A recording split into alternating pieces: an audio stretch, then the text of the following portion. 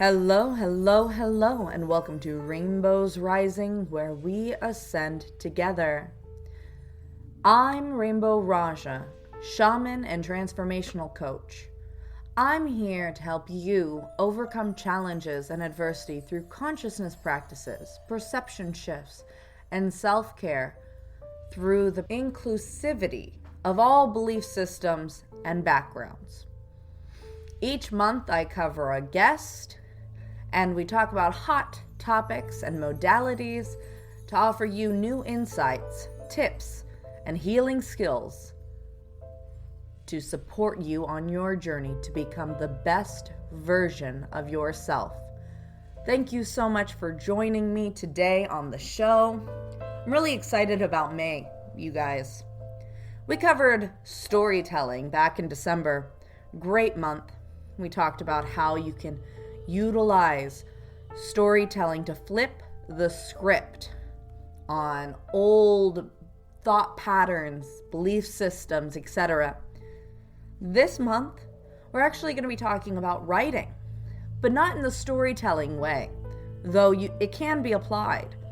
We're actually talking about writing, like taking out pen and paper, taking out your computer or a typewriter and writing down words, whether that be journaling, whether that be writing stories or poetry, whether that be writing letters.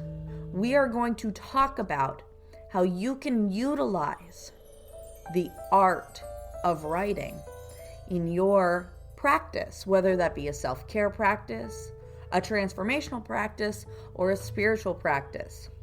Now, I like to start every month off with a healing and a reading to give you direction on how to apply these new skills, these new tools to your life, and to challenge you. Make it a game to apply it into your life and to make it something you can actually incorporate into your day-to-day practices. Now, when I was sitting and meditating on how I should approach this topic and give you guys a nice tarot reading to start your month off, I was actually shown a new approach. I hope you guys will bear with me. So, as I was sitting with my guides, they told me that I should read excerpts from some books. Now, I had no idea how I was going to do that. Luckily, I have quite a few books, quite a few inspirational books from all different backgrounds, all different belief systems. And as I was digging through my bookcase, I stumbled across 8 great books. They may be a little obscure, and maybe when I read the titles, you won't know which one to choose. I ask that you feel into your body, that you trust your intuition, that you feel into your heart, and just do your best to connect with one of the titles.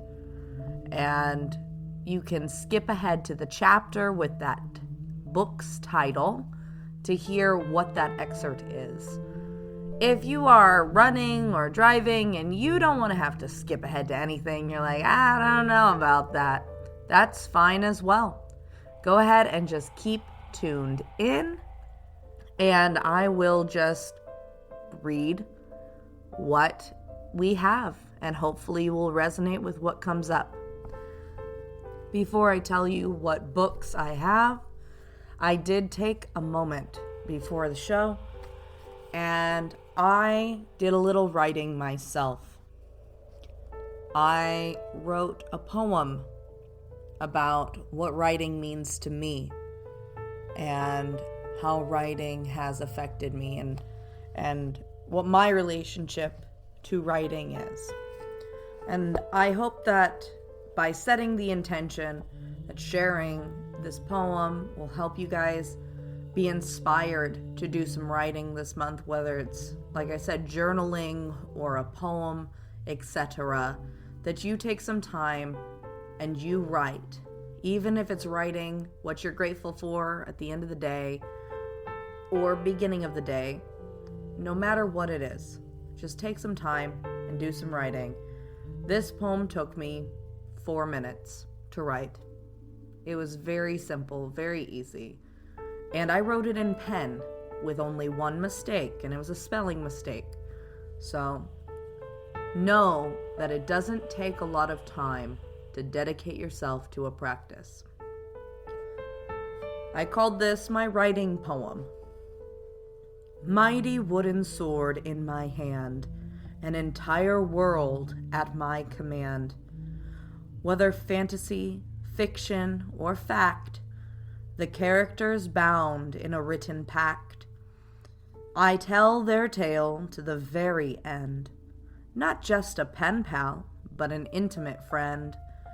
Writing binds the past and future. Wounds for me are others' cure.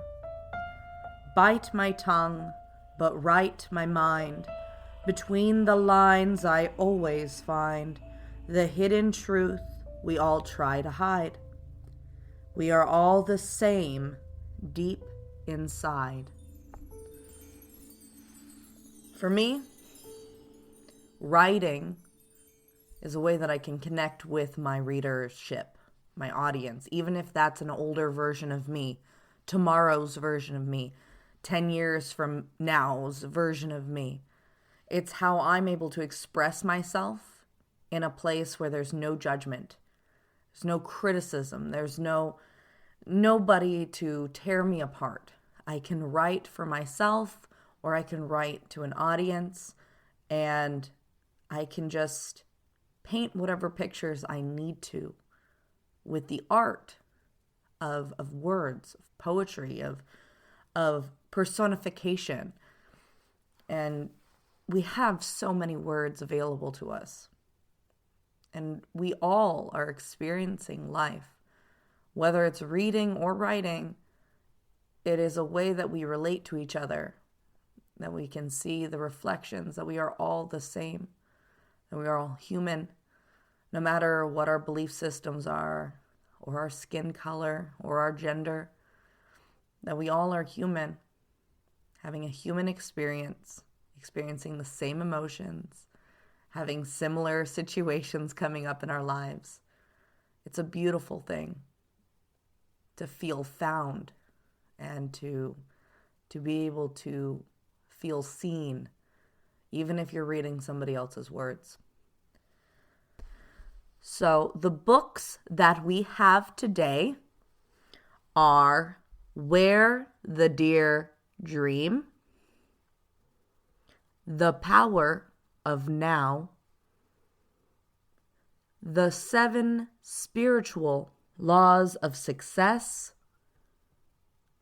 The Starborn, I Hope You Know How Much I Love You, Kabbalah on Love, World of Wonders, and The Boy, the Mole, the Fox, and the Horse. Each of those books will have a different passage. I will be creating links down below so you can go and check out those books if you are interested in them. I will list the authors and where you can find those books in the description. And I do want to let you guys know that the very first book that we're going to be covering, Where the Deer Dream, is actually the book that this month's guest wrote. An incredible fiction book. I hope you guys take some time and check it out of your local library, or follow that link in the description and read it ahead of time so that you can tune into our interview at the end of this month and really relate to what we talk about. Enough stalling, Rainbow. Get to it. Read us our excerpts. I would be happy to. Let's go ahead and start with Where the Deer Dream. Once again, if you resonated with a different book title and you just want your excerpt, go ahead and jump to the chapter of your book that you want to connect with. All right? Where the Deer Dream by Sarah Seidelman.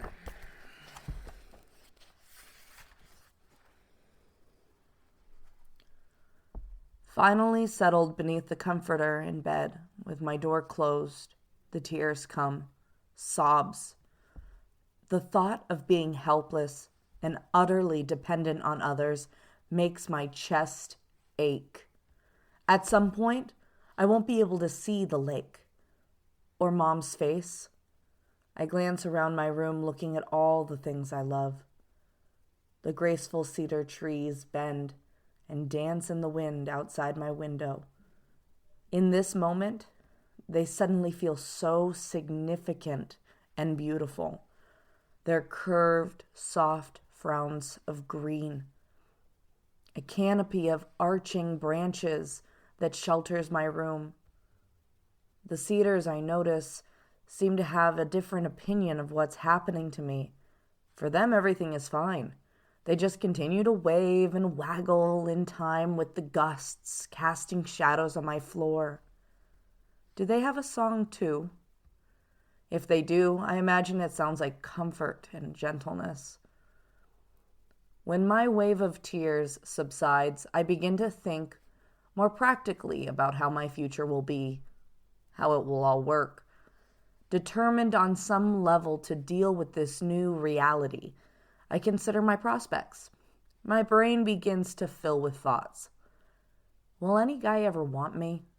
A girl who's going blind? Is it happening because I haven't fully forgiven my mom? Is this a kind of punishment? Why can't I be nice like Penn is to her mom? Does my birth mom or father have retinitis pigmentosa too? It's genetic. Is that why she couldn't raise me? For a moment, I imagined my birth mother as a helpless and vulnerable blind woman, and I feel pity for her.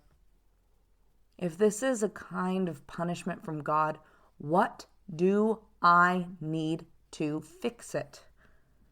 If I'm a better, kinder Mira, then is it possible to reverse the damage?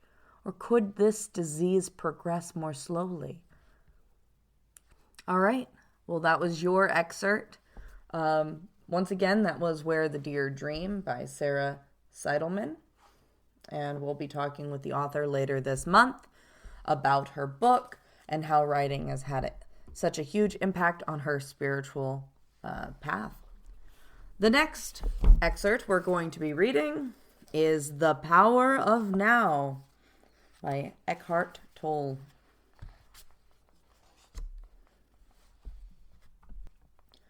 The true nature of space and time. Now consider this. If there was nothing but silence, it wouldn't exist for you. You wouldn't know what it is. Only when sound appears does silence come into being. Similarly, if there were only space without any objects in space, it wouldn't exist for you. Imagine yourself as a point of consciousness floating in the vastness of space.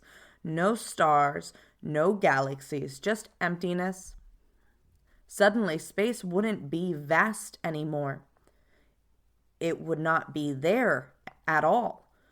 There would be no speed, no movement from here to there. At least 2 points of reference are needed for distance and space to come into being. Space comes into being the moment the one becomes two, and the two becomes the 10,000 things, as Lao Tse calls the manifested world. Space becomes more and more vast. So, world and space arise simultaneously. Nothing could be without space. Yet, space is nothing. Before the universe came into being, before the Big Bang, if you like, there wasn't a vast empty space waiting to be filled. There was no space, as there is no thing. There was only the unmanifested, the One. When the One became the 10,000 things, suddenly space seemed to be there and enabled the many to be. Where did it come from? Was it created by God to accommodate the universe? Of course not. Space is nothing. So, it was never created. Go out on a clear night and look up at the sky. The thousands of stars you can see with the naked eye are no more than an infinitesimal fraction of what is there. Over 100 billion galaxies can already be detected with the most powerful telescopes. Each galaxy, an island universe with billions of stars. Yet, what is even more awe-inspiring is the infinity of space itself, the depth and stillness that allows all of that magnificence to be. Nothing could be more awe-inspiring and majestic than the inconceivable vastness and stillness of space. And yet, what is it? Emptiness. Vast emptiness. What appears to us as space in our universe perceived through the mind and the senses is the unmanifested itself, externalized. It is the body, quote, of God.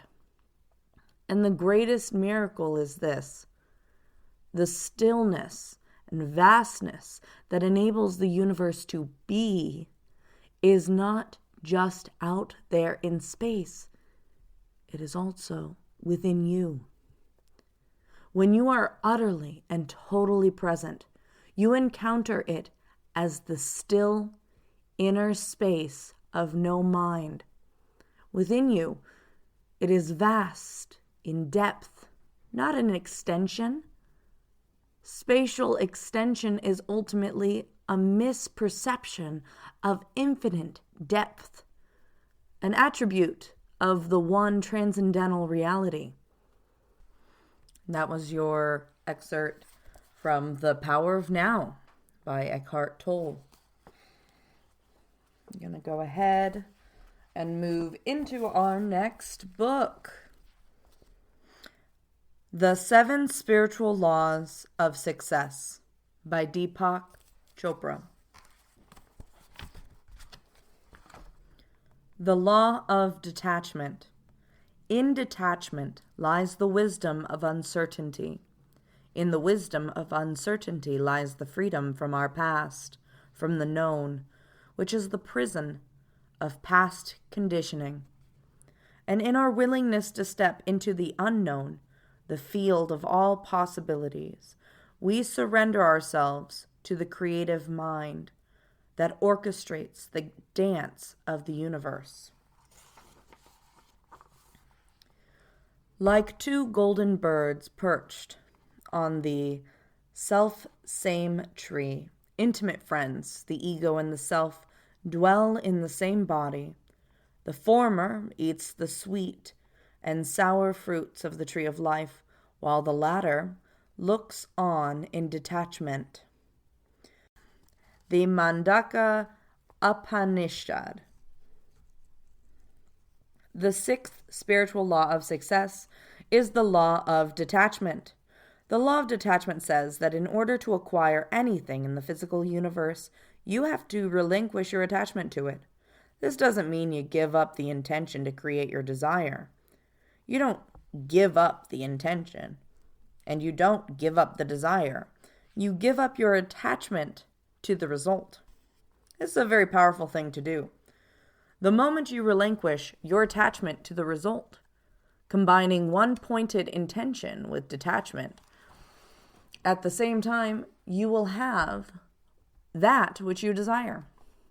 Anything you want can be acquired through detachment, because detachment is based on the unquestioning belief in the power of your true self. Attachment, on the other hand, is based on fear and insecurity, and the need for security is based on not knowing the true self. The source of wealth, of abundance, and of anything in the physical world is the self. It is the consciousness that knows how to fulfill every need. Everything else is a symbol. Cars, houses, banknotes, clothes, airplanes.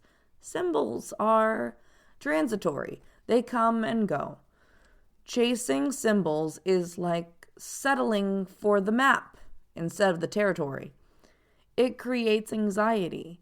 It ends up making you feel hollow and empty inside because you exchange yourself for the symbols of yourself.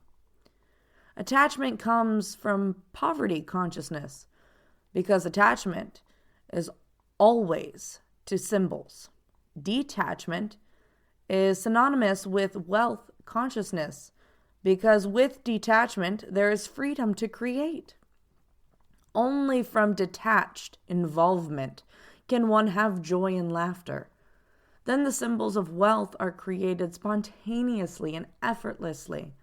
Without detachment, we are prisoners of helplessness, hopelessness, mundane needs, trivial concerns, quiet desperation, and seriousness, the distinctive features of everyday, mediocre existence and poverty consciousness. True wealth consciousness is the ability to have anything you want, anytime you want, with the least effort. To be grounded in this experience, you have to be grounded in the wisdom of uncertainty. In this uncertainty, you will find the freedom to create anything you want. So that was your passage for the 7 Spiritual Laws of Success by Deepak Chopra. The next story, well, it's not really a story. The next excerpt is The Starborn. The Starborn. Crystals. Crystals have been given to us as tools to remember our starry origins. For the past several years, there has been an influx of quartz crystals and other minerals which have served us as triggers to reactivate our pre-encoded cellular memory banks. Many of us have sought them out and had profound experiences with them. Although there are a profusion of books on the subject, teaching you how to program your crystals, in truth, the crystals are here to program you.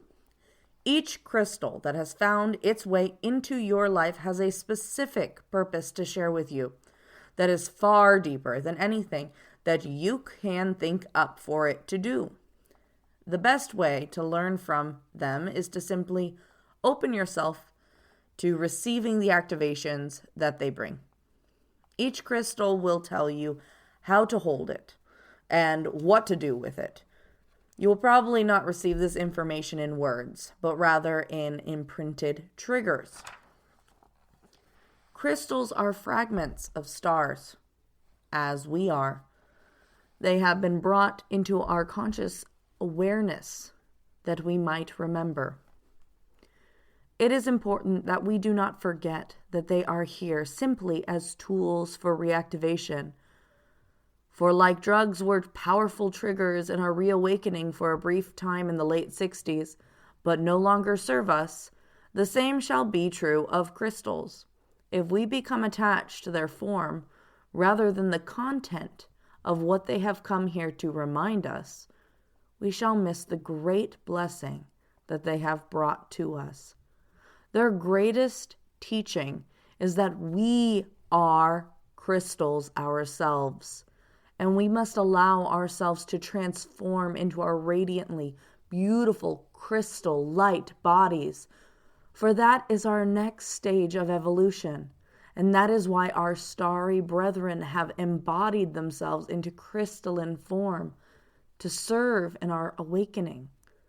Already, crystals and other minerals are beginning to withdraw their vibrant, starry energy, for their time to serve us was only meant to be brief.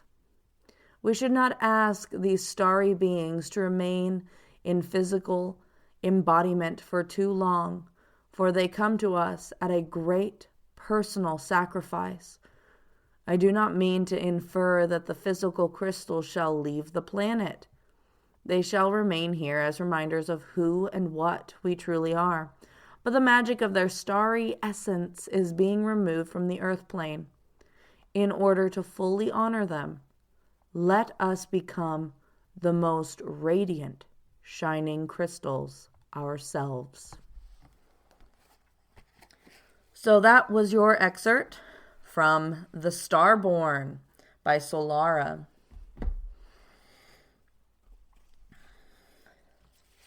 Book number 5.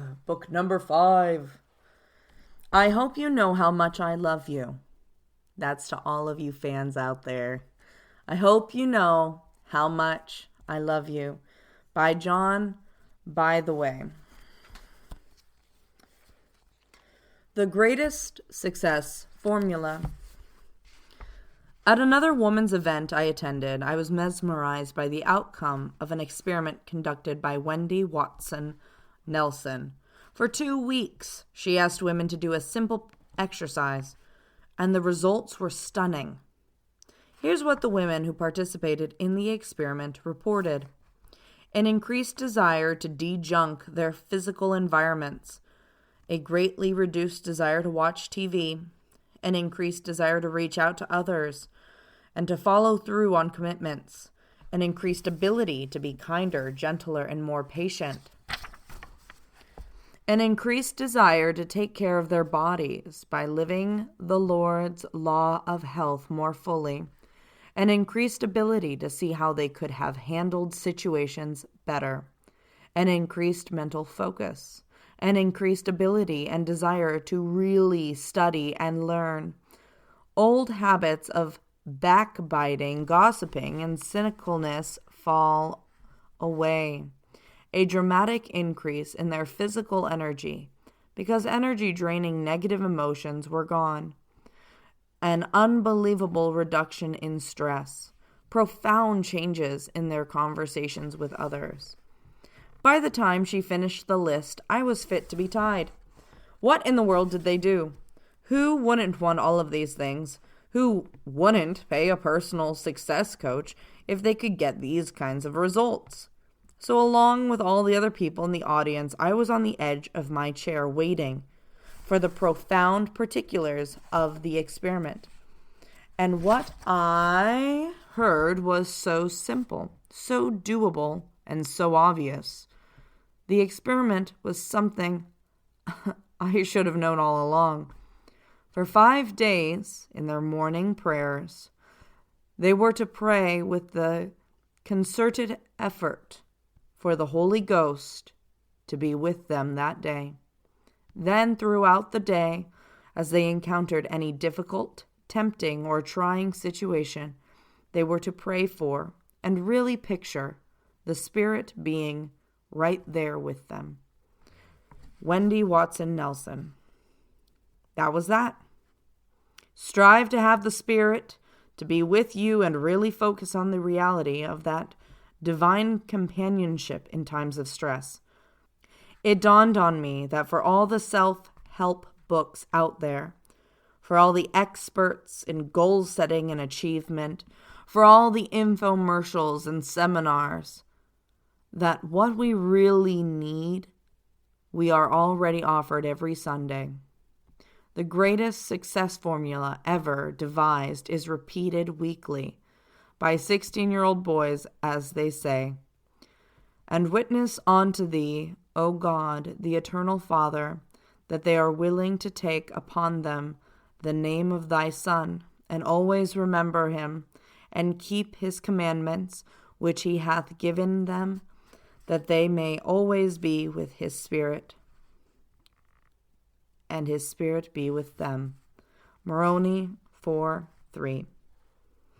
Strive to have the Spirit be with you and really focus on the reality of that divine companionship in times of stress. This was never a hidden formula. This was something the Lord had given us all along. And that was your excerpt for I Hope You Know How Much I Love You by John By the Way.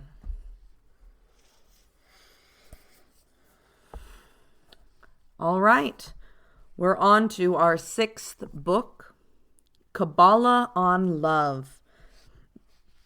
The Kabbalah on Love by Yehuda Berg.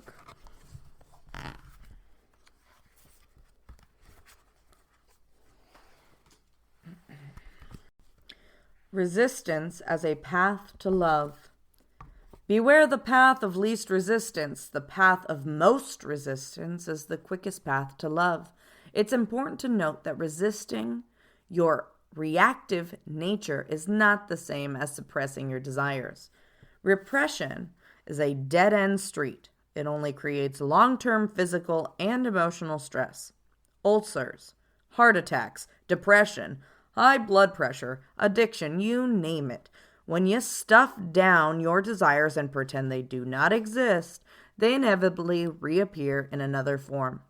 Resisting our impulses, on the other hand, is the first step toward revealing the love within. Resistance comes from knowing that the action will pay off in spades over the long term. But there is a second, equally critical step. After you resist your nature, you must share your love with others. Yet, the best ways to do that are not always apparent because the opponent is working hard to obscure them. So you must ask yourself, where are there opportunities to love in this situation? When you open yourself up in this way to the wisdom of the light, the answers will appear effortlessly. Remember that opportunities to share love exist in every situation. Practice makes perfect.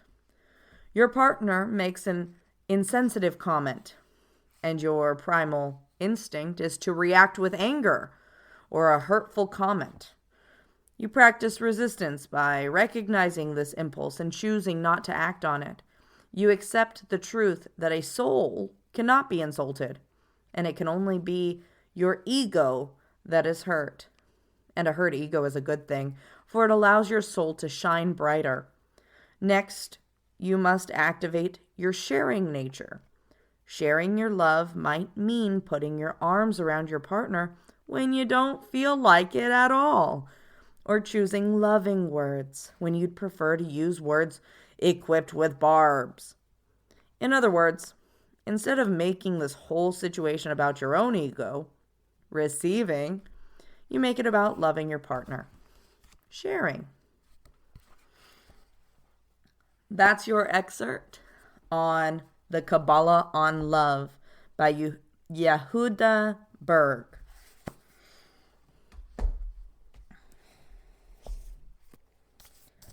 The next book, book number 7, is The World of Wonders. The World of Wonders. The author's name I will most likely mispronounce since her last name is extremely long, but I will do my best. And may she forgive me for completely butchering her name. Her name is Amy Nezhuku Matalhil. Nezhuku Matathil.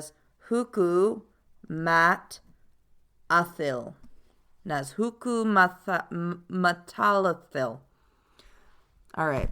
I'm not spending any more time trying to pronounce her last name. I apologize to everybody out there. Amy, if I pronounce your name super wrong, please hit me up. Let me know how I'm supposed to pronounce your name. I'd love that. Thank you. Okay, once again, World of Wonders, book number 7. Here's your excerpt.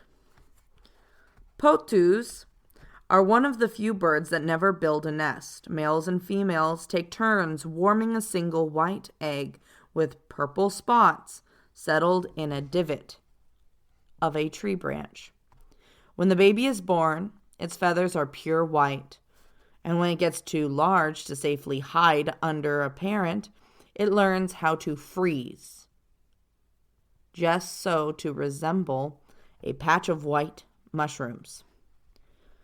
For a bird famous for its stoic stillness, the potu's call would sound comical if it didn't sound so scary. If your eyes were closed, you'd never imagine it came from such an austere-looking creature. The call is what you'd get if you combined a tiger roar with a frog croak. If both animals were in severe gastrointestinal distress. If I were in a Brazilian rainforest and heard this cry, I might imagine it was going to be my last day on this planet. That's how chilling and terrifying the potu cry is. Stephen Hilty's book, Birds of Venezuela, describes it as a fairly loud, gruff, descending somewhat, like the retching sound of a human. In other words, the stuff of nightmares. Perhaps the reason the potu leads a motionless, mainly solitary life is to balance its audacious call. There's a time for stillness, but who hasn't also wanted to scream with delight at being outdoors? To simply announce themselves and say, "I'm here, I exist." Like the potu, I grew up wanting to blend in my case, with my blonde counterparts. And why would I know anything else? I felt most seen in my childhood, not by any television shows or movies, but rather when I was in the outdoors, in forests or fields, by the lake or ocean. I learned how to be still from watching birds. If I wanted to see them, I had to mimic their stillness, to move slow in a world that wishes us brown girls to be fast.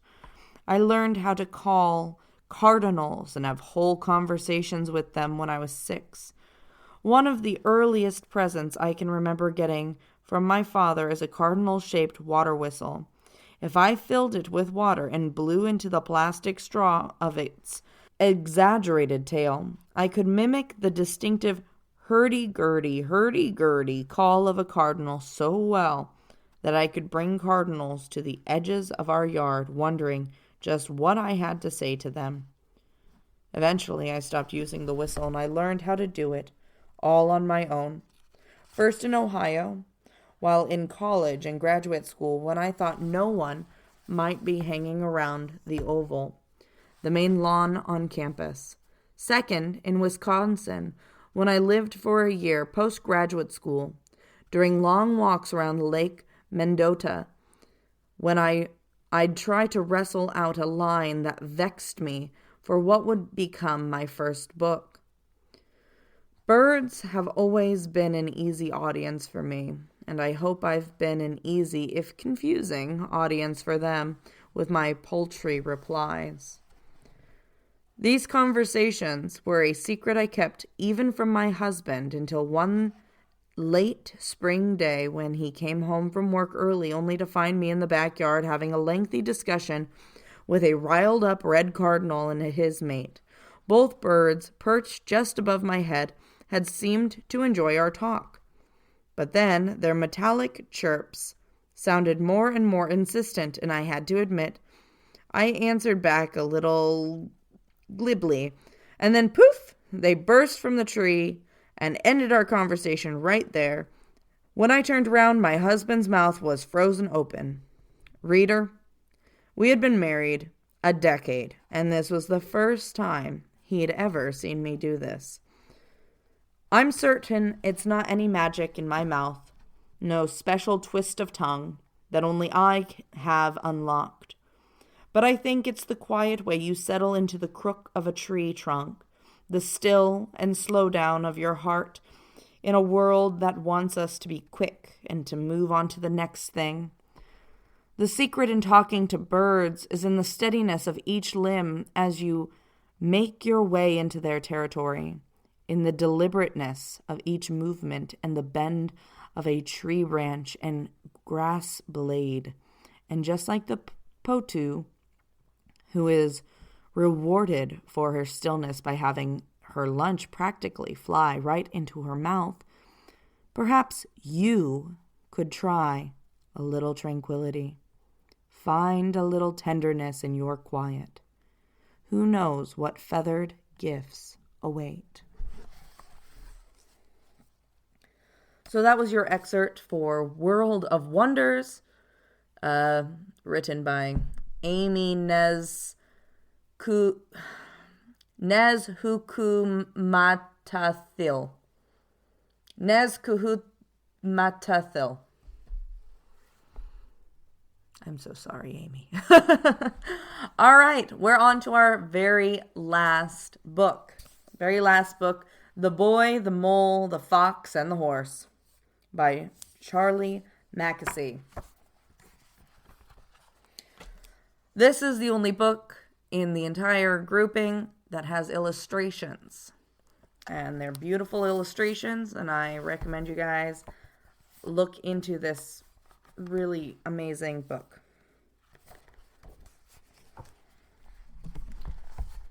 Being kind to yourself is one of the greatest kindnesses, said the mole. We often wait for kindness, but being kind to yourself can start now, said the mole. Often, the hardest person to forgive is yourself. Sometimes I feel lost, said the boy. Me too, said the mole. But we love you, and love brings you home. I think everyone is just trying to get home, said the mole. It's a short excerpt. I think some of his writing is the most impactful because of its simplicity and its truth. So once again, that was The Boy, the Mole, the Fox, and the Horse by Charlie Mackesy. I hope you found an excerpt that you connected with, that you related with, that gave you some new perspectives, that inspired you. I know that all of the excerpts I read today, when I first read those books, and maybe even the second time reading those books, had a very powerful impact on me. And even rereading them today felt powerful. So I really appreciate you guys tuning in this week, getting ready for an exciting month, exploring the power and freedom that writing gives us. Your challenge this month is to write. Please write. Doesn't matter what you write. A daily journal, start a diary, poems, gratitude practices. Doesn't matter. Doesn't matter what it is. Just do your best and try and write each and every week. Help yourself explore yourself. Okay? I would love to see what you guys write. Go ahead and send it to me. Hit me up on social media. Friend me on Instagram and DM me those writings. I would love to read them. Maybe I'll even read them on air next week or the following week. That is something I would love to do for you guys. So if you guys send me stuff, I will read it on air. That's my promise to you, all right? Thank you guys so much for tuning in, for listening, for being a part of helping yourself grow, taking care of yourself, this self-care journey. I'm so proud of each and every one of you for putting in the time and the love and the effort. And I can't wait to explore more with you. I hope you guys have a wonderful rest of your week. And let's keep ascending together. All right? Have a good day. Bye.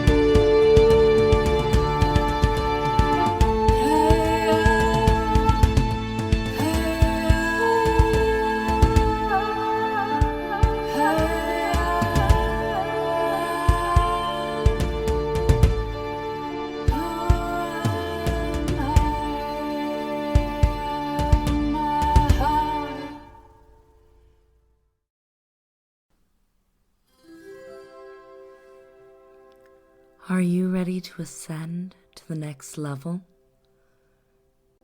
This is Rainbow Raaja, your spirit guide calling. Please be sure to keep all arms and legs inside your vessel at all times. I'm just here to remind you to take some time today. Support Rainbow's Rising podcast. Go. Join the Discord community. Check out the Patreon. Get some stickers, custom tarot cards.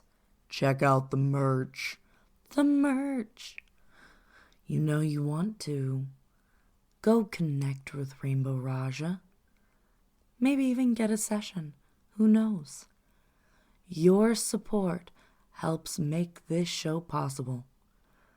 And she loves to support you.